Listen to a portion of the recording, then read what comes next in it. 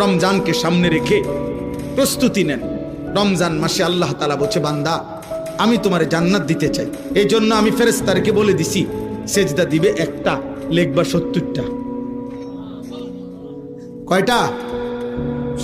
শুধু 70টা না, না না না, জানেন না তো আপনারা। হাদিসের মধ্যে আছে, নবীজি সাল্লাল্লাহু আলাইহি সাল্লাম বলছেন, এই ফেরেশতা রমজান মাসের নেক আমলে 70 লিখবার আগে আবার জিগা আল্লাহরে 70 লিখতাম নি।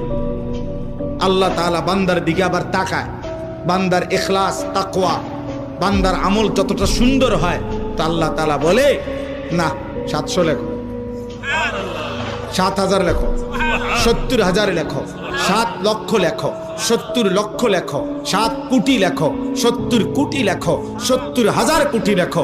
খোদার কসম, কারো কারো বেলায় মহান আল্লাহ বলে, ফেরেশতা আমার বান্দার এই সেজদার বিনিময় তুমি